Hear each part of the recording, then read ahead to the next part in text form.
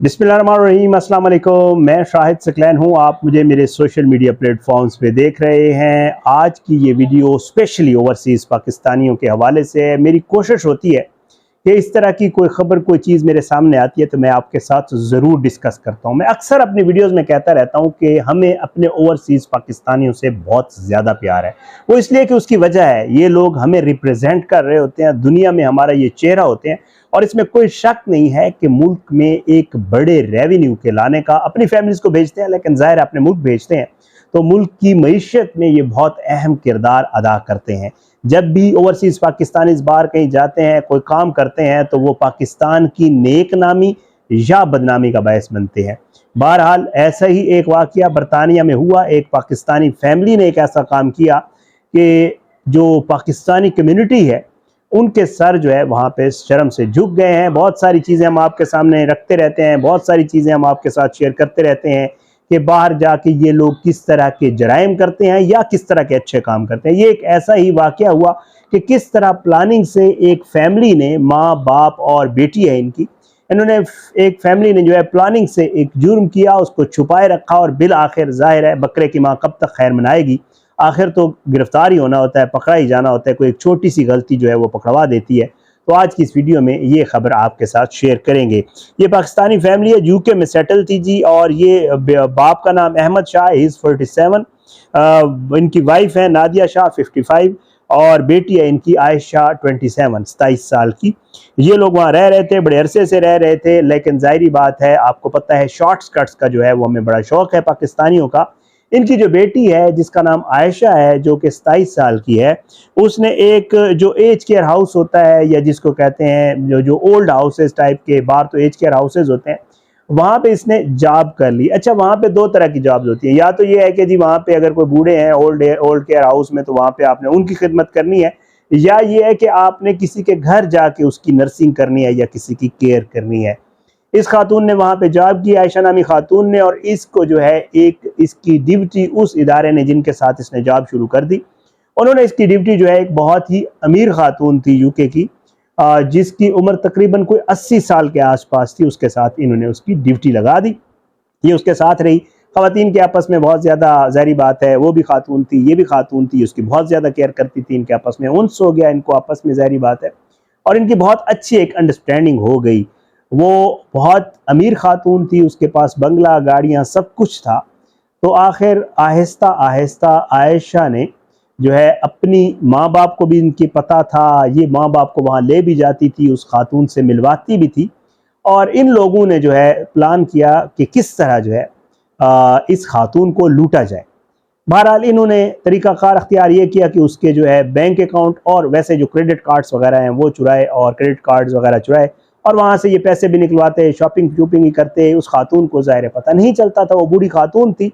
और police trial में जब ये केस आया तो बताया ये गया कि ऐसा भी हुआ कि इन लोगों ने उसके अकाउंट से या उसके क्रेडिट कार्ड से एक एक दिन में 500-500, 600 पाउंड जो है वो भी निकलवाए। ये उसको तो लूटते रहे, ये यहाँ पे नहीं रुके। अब उस बूढ़ी खातून का एक भाई भी था जिसकी उम्र तकरीबन 70 साल के आसपास थी, वो भी इसी तरह अमीर था, ज़ाहिर बात है, वो भी रहता था उस खातून से हट के किसी दूसरी जगह। तो ये जो आयशा और इसके माँ बाप हैं, ये उस खातून से क्योंकि बहुत ज़्यादा लिंक्ड थे, बहुत ज़्यादा आना जाना था, ये उसको बिल्कुल उसकी फैमिली की तरह हो गए थे, तो ये लोग उसके घर भी आते जाते थे। अब इन्होंने मंसूबा बनाया कि क्यों ना बहन के साथ साथ भाई को भी लूटा जाए। आयशा उनके घर भी आती जाती थी, उनका भी ख्याल करती थी, उस जो बूढ़ा था उसका भी ख्याल करती थी, और ख्याल करते करते इन्होंने उस बूढ़े से भी पैसे लूटना शुरू कर दिए। उसको इल्म नहीं होता था, ये उसके क्रेडिट कार्ड वगैरह से शॉपिंग्स करते थे, पैसे निकलवाते थे, बहुत कुछ करते रहे। लेकिन उन्होंने कहा कि ये तो थोड़ा है, ये तो कम है, क्यों ना हम कोई बड़ा हाथ मारे। अनफॉर्चुनेटली ये हुआ कि वो बूढ़ा शख्स एक दिन घर में गिर कर ज़ख्मी हो गया। ज़ख्मी हो गया तो उसको हॉस्पिटलाइज करवाया गया, और ये लोग हॉस्पिटल में, उसके साथ यही लोग गए, आयशा गई और बाकी फैमिली गई, और इन्होंने उसका ट्रीटमेंट वगैरह करवाया। ज़ाहिर है उसका कोई और तो लेने था नहीं, कोई पीछे से करता धरता। तो ये लोग उसकी फैमिली थे, इन्होंने कहा कि जी ये हम इनके साथ ही हैं, और बहरहाल इन्होंने उसका ट्रीटमेंट वगैरह करवाया। हॉस्पिटल में भी नाम वगैरह इन्हीं का लिखा गया, सारा कुछ इनका हुआ। लेकिन इनको ये अंदाज़ा हो गया कि बूढ़ा जो है उसके मामलात इतने ख़राब हो चुके हैं कि अब वो शायद ज़िंदा नहीं बचेगा। इन्होंने जो मंसूबा सोचा हुआ था जहन में, इन्होंने एक मंसूबे के तहत इन 3 बाप बेटी माँ ने, इन्होंने एक जो है फेक उसकी वसीयत तैयार करवाई, जिस वसीयत में उस बूढ़े ने ये कहा कि वैसे मेरा तो कोई नहीं है और इस खातून ने, ये मेरी बेटियों की तरह है आयशा, और इसने मेरी बड़ी खिदमत की है, तो जब मैं मर जाऊं तो मेरी जो जायदाद वगैरह है वो इस आयशा की हो।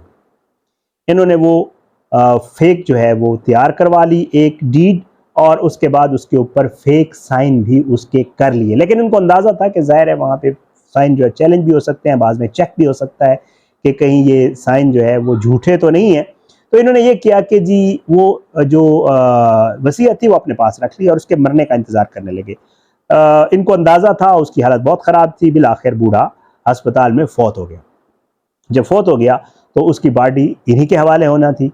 हॉस्पिटल वालों ने प्रोसेस के बाद, जो उनका प्रोसीजर होता है, उसके बाद बॉडी इनके हवाले कर दी, ये उसको घर ले आए और आखिरी रसूमात अदा करने से पहले जहां साइन किए हुए थे वहां पे उस बूढ़े का अंगूठा भी लगवा लिया और इनकी जो वसीयत का कागज़ था वो पक्का पक्का जो है वो असली हो गया। ज़ाहिर बात है दस्तखत चैलेंज हो भी जाए तो जो आपका थंब इम्प्रेशन है, जो फिंगरप्रिंट है, वो तो चैलेंज हो नहीं सकता। इन्होंने बूढ़े को दफना दिया। बूढ़े को दफनाने के बाद इन्होंने वो वाली जो वसीयत थी वो हुकूमत को पेश कर दी और कहा कि जी अब उस बूढ़े के जाने के बाद जो उसकी जायदाद वगैरह है उसकी वारिस यही आयशा है, क्योंकि बूढ़ा अपनी ज़िंदगी में इसके नाम कर गया था। जो एक प्रोसीजर होता है, हल्की फुल्की जो वेरिफिकेशन होती है जी, वो हुकूमत की तरफ से की गई। बिल आखिर उनको लगा कि जी ठीक है, ये वसीयत इसके जो थंब इम्प्रेशन है तो उसी बूढ़े का है, उसने कर दी होगी, और उन्हें जो जायदाद वगैरह थी, जो चीज़ें थी, वो इस आयशा के हवाले कर दी और ये वहाँ पे मज़े से रहने लगे। पैसे भी आ गए, गाड़ियाँ भी आ गई, बंगला भी आ गया, सब कुछ आ गया। लेकिन फिर भी पुलिस को जो है वो शक था और कहा यह जाता है कि उस खातून ने भी जो है वो पुलिस को वो किया कि जी इसको ज़रा चेक करें। बिलाखिर एजेंसीज वगैरह जो है वो ज़ाहिर है ये इनके पीछे तो रहीं और वहाँ पे वो लोग छोड़ते नहीं हैं। वो ये तो नहीं है कि जी उन्होंने हवाले कर दिया और उन्होंने छोड़ दिया, वो इनकी खोज में रही कि इनको चेक करते हैं कि वाकई इन्होंने कोई 2 नंबरी तो नहीं की। बहरहाल जी 2021 में 2021 में इनसे एक गलती हो गई और वो ये है कि जी इस गलती पर इन्होंने, पुलिस को इनके ऊपर शक हो गया कि ये कहीं झूठ ही है।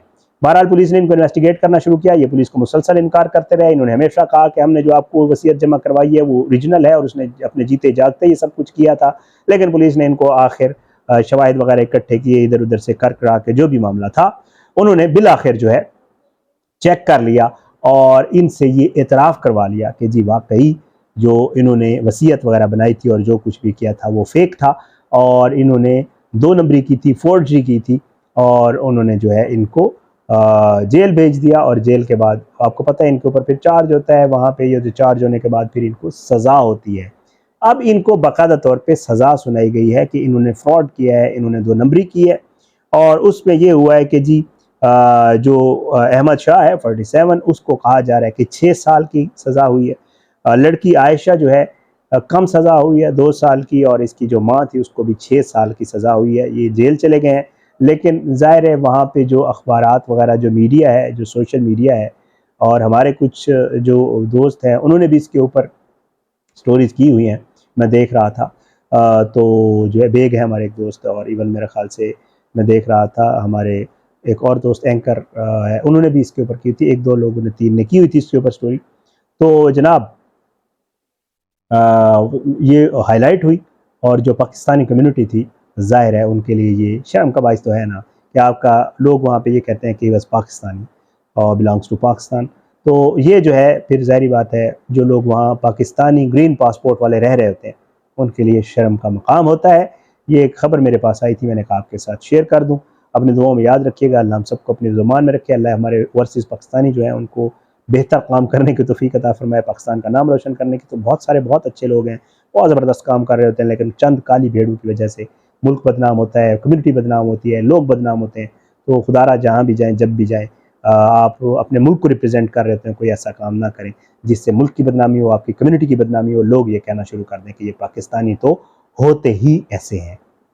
बहरहाल जी ये सब कुछ था, मैंने कहा आपके साथ शेयर कर दूँ। अपनी दुआओं में याद रखिएगा। अल्लाह हम सबको अपनी ज़ुबान में रखे, अल्लाह हमारे मुल्क को अपनी ज़ुबान में रखे, अल्लाह हमारे ओवरसीज़ पाकिस्तानियों को अपनी ज़ुबान में रखे।